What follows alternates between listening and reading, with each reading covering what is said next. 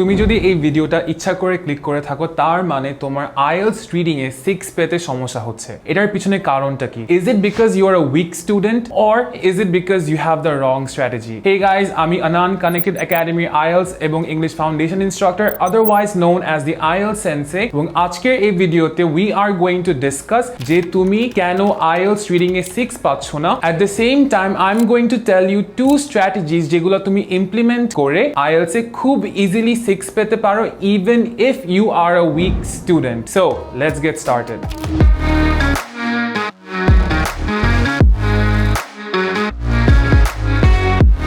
First, let's talk about your requirement. So, বেশিরভাগ স্টুডেন্টসরা যখন বিদেশে যাবে ওদের ওভারঅল 6.5 লাগে in IELTS with no band less than 6. তুমি যদি ওভারঅল 6.5 পাও কিন্তু কোনো কারণে তোমার যদি রিডিং বা লিসেনিং একটাতে 5.5 চলে আসে, তার মানে তোমার এই IELTS এক্সামটা আরেকবার দেওয়া লাগবে। আমি 6.5 বলছি তাদের জন্য যারা বিদেশে আন্ডারগ্র্যাড করতে যাচ্ছ, যারা মাস্টার্স করতে যাবে, যারা পিএইচডি করতে যাবে, ওদের রিকোয়ারমেন্টটা একটু ডিফারেন্ট হবে। বাট বেশিরভাগ স্টুডেন্টসের রিকোয়ারমেন্ট থাকে overall band score of 6.5 with no band less than 6। এবং এই জায়গায় হয়তোবা তুমি স্ট্রাগল করছো যে তোমার রিডিং এক্সামে 6টা উঠছে না। Let's talk about what it tax to get a 6 in reading. So আমরা জানি যে আইএলটিএস এ 40 কোয়েশ্চেন জিজ্ঞেস করা হয় ইন দ্য রিডিং এক্সাম এবং এটা আমাদের 1 আওয়ারের মধ্যে অ্যান্সার করা লাগবে। 40 কোয়েশ্চেনস এর মধ্যে কতগুলো কোয়েশ্চেন কারেক্টলি অ্যান্সার করলে আমি 6 পাবো? The answer to that is between 23 to 26। তার মানে আমি 23টা থেকে 26টা কোয়েশ্চেন যদি কারেক্টলি অ্যান্সার করি আমার আইএলটিএস রিডিং এ 6 উঠে যাচ্ছে। The thing with this is যে তুমি এখন 17টার মতন কোয়েশ্চেন ভুল অ্যান্সার করলেও তোমার রিকোয়ারমেন্টটা মিট হয়ে যাচ্ছে, and that gives you a little bit of reading space, right? যে তুমি 1 ঘন্টার মধ্যে এখন 23টা কোয়েশ্চেন অ্যান্সার করার চেষ্টা করছো। Look, this is where most students go wrong, যে ওরা ওদের উইক ক্যাপাবিলিটিস নিয়ে, ওরা দুর্বল হওয়া সত্ত্বেও চেষ্টা করে হচ্ছে 40 মিনিটের মধ্যে সবগুলো প্যাসেজ answer করা। If you are a weak student, you should not be doing that. So what should you do instead? এখন আমরা আসবো হচ্ছে আমার ফার্স্ট স্ট্র্যাটেজিতে, যেটাকে আমি বলি হচ্ছে the TPT, যেটার নাম আমি তৈরি করেছি the TPT. It stands for the two passage tactic. Two passage tactic কেন? এখানে আমি তোমাদেরকে বলবো যে don't try to attempt all 3 passages of the reading test. Instead focus on just 2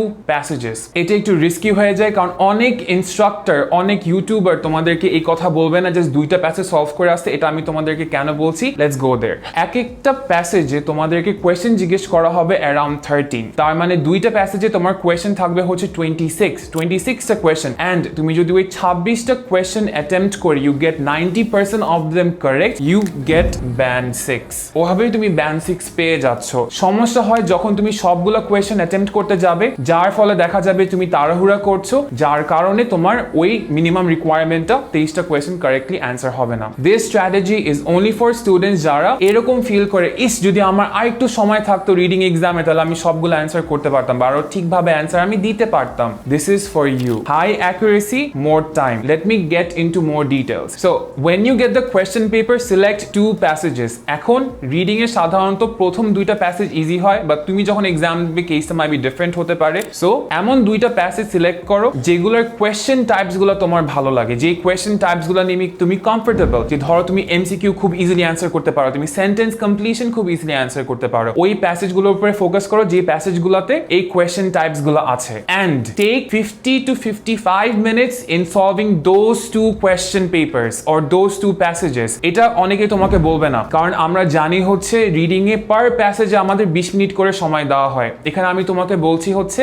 2টা প্যাসেজ 50 to 55 মিনিটসে সলভ করতে। Why is that? যাতে তুমি সময় নিয়ে ওই কোয়েশ্চেন গুলো যখন অ্যান্সার করবে তোমার অ্যাকুরেসি লেভেলটা বেড়ে যাবে এবং তোমার বেশিরভাগ অ্যান্সার গুলো কারেক্ট হবে। এন্ড ওই 2টা প্যাসেজ থেকে if you get 90% of the questions right, that's 23 to 26 right there, এবং ওখানে তুমি ইজিলি 6 পেয়ে যাচ্ছ।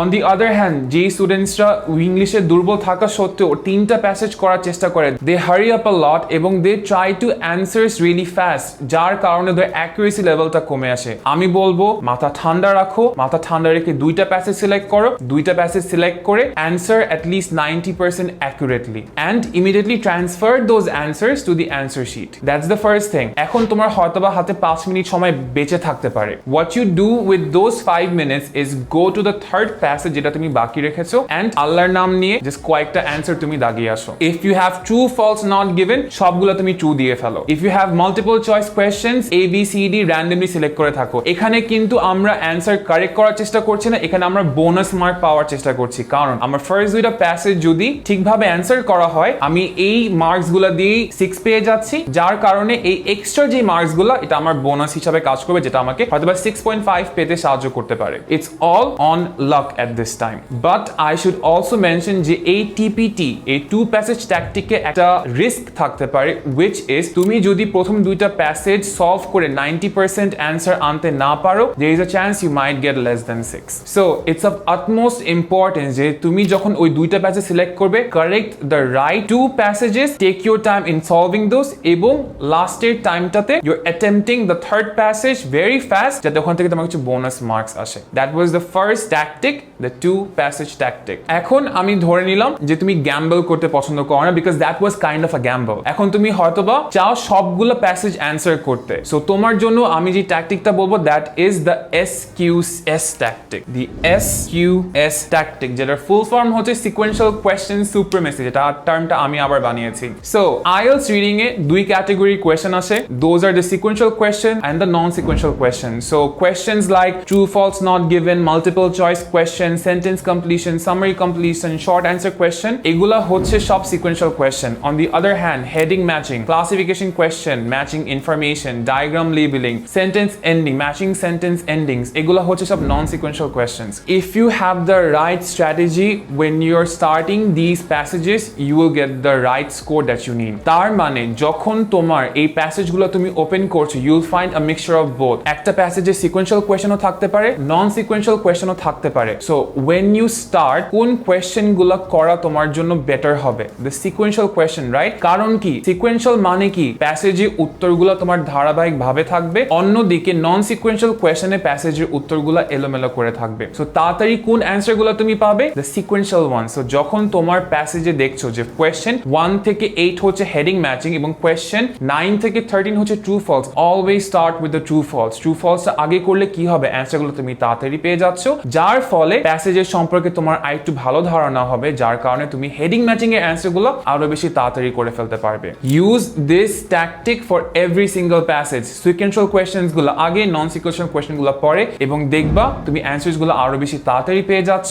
which will give you more time for revision এবং ট্রান্সফারিং your answers. এখানে আমি একটা ওয়ার্নিং দিব যে অনেক স্টুডেন্টসরা চিন্তা করে যে সে তিনটা প্যাসেজের সিকোয়েন্সিয়াল কোয়েশ্চেন আগে করবে এবং তারপর নন সিকোয়েন্সিয়াল গুলো করবে. এটা আমি করতে মানা করব, কারণ if you start one passage, ওটা সলভ করার আগে তুমি যদি পরের প্যাসেজে চলে যাও, you will forget everything about the previous passage. So একটা প্যাসেজ ধরে সবগুলো কোয়েশ্চেন অ্যাটেম্প্ট করবে, আগে সিকোয়েন্সিয়াল, তারপর non sequential, and then move on to the next passage. So if you follow this tactics, তাহলে তোমার দেখবে টাইমটা আরো ইজিলি ম্যানেজ হচ্ছে. So there you have it guys, IELTS Sensei's two tactics. The first one is the TPT, two passage tactic. এটা তাদের জন্য যারা accurately answer করতে পারে, বাট ওদের মেবি টাইমটা অনেক কনস্ট্রেনিং, অনেক রিস্ট্রেনিং, এবং ওদের আরেকটু সময় থাকলে হয়তো ওরা অ্যান্সার করতে পারতো. So just attempt two passages in 50 minutes and hopefully you'll get the score you need. And আমার second passage টা হচ্ছে তাদের জন্য যারা গ্যাম্বল করতে পছন্দ করে না. It's the SQS, sequential question supremacy. Just start with the sequential questions